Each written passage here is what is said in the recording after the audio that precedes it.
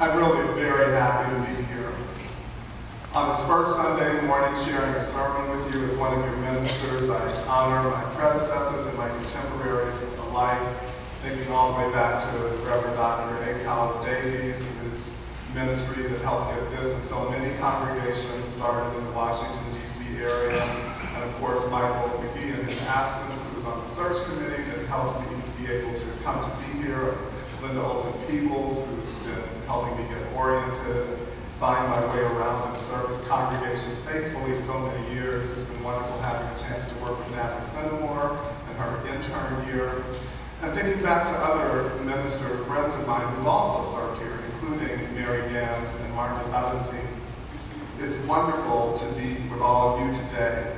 And I want to thank you again for the gift of your presence and to let you know that we as ministers and staff in this congregation and other congregations take so much inspiration from you, the dedication that you have to come week after week to be part of the service, to do all that you do to keep bringing this congregation alive again and again, week after week. Thank you so much. And especially thank you for being here, because it's one thing to prepare a service and a sermon, and then it's quite another to actually have an audience to share it with. So, your blessings and all will flow like sweet honey from heaven. Trust in your blessings and all will flow like sweet honey from heaven.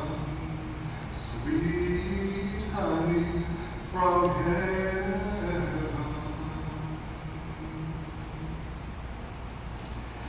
I dedicate this service this morning to Alma Martinez, a member of the Hollis Unitarian Church in Queens, the first congregation I served as a solo minister, who introduced me to Alan Watts' book, Down the Watercourse Way. And I dedicate the service to Janet Abbott, a member of First Parish Unitarian Universalist Church in Arlington, Massachusetts, who introduced me to the phrase that is the title of this sermon. I'll tell you a bit about Janet.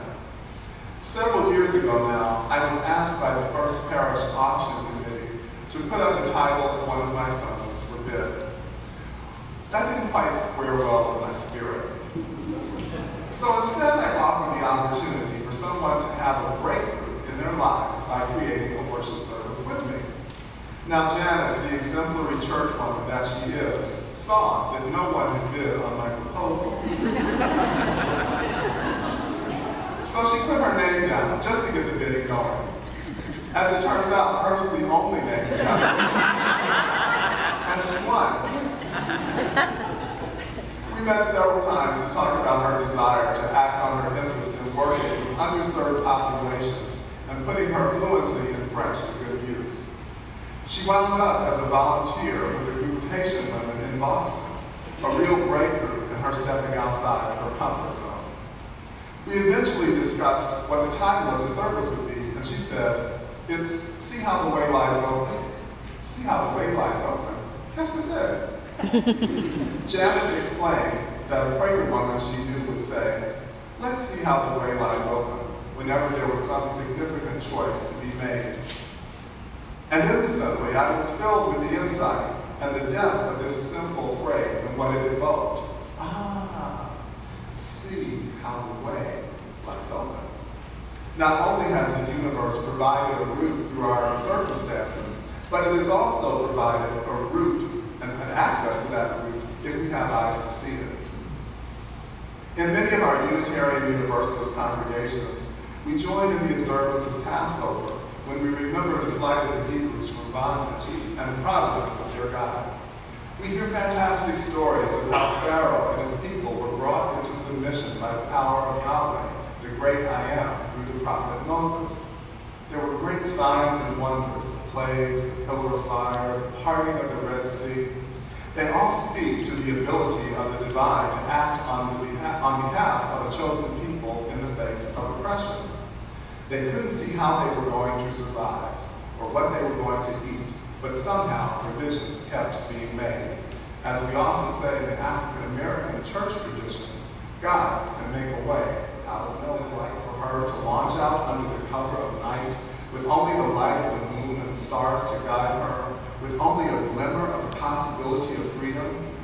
She must have believed there was an open way, an underground railroad, a series of open hearts and homes, always making room. Always making room. And when she saw how the way lay open for herself, she didn't stop there. She went back and helped others see what she saw. More than 70 enslaved Africans escaped because Harriet Tubman saw how the way lay open. Some of you were raised in Christian tradition as I was, so you may recall hearing in the New Testament that Jesus taught, "Straight is the way, and narrow is the gate that leads to eternal life." If you were like me, you heard scriptures in which Jesus said, "I am the way, the truth, and the life. No one comes to the Father but by me."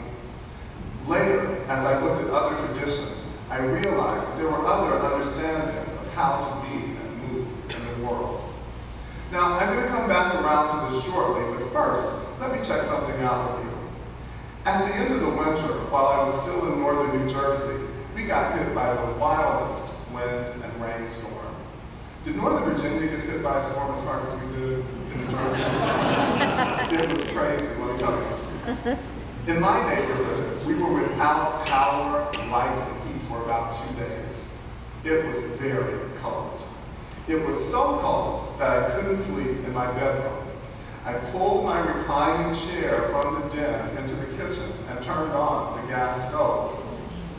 And then I finally got warm, and I tried to sleep. Then I heard this trickling sound. I soon realized that it was the basement filling up with water. Oh, no. Without electricity, the sump pump stopped draining, and the next morning I waded through the 5 inches of water in the basement to see what the damage was, and I began to pull the wet things out. There were hundreds and hundreds of photographs that I had to separate out and lay out to dry all over the house and the garage. One of the 2 books that got wet was my copy of Tao, The Water Course Away, which I mentioned was given to me by Alma as I was starting out my ministry. I thought it wouldn't be salvageable, but it dried out just fine, and now it's crinkly and totally priceless. What could be better than a baptized book about the philosophy of going with the flow and following the water course way? So I'll share with you an account of a conversation between a student and his master teacher. Xiao Shu asked, "What is the Tao?"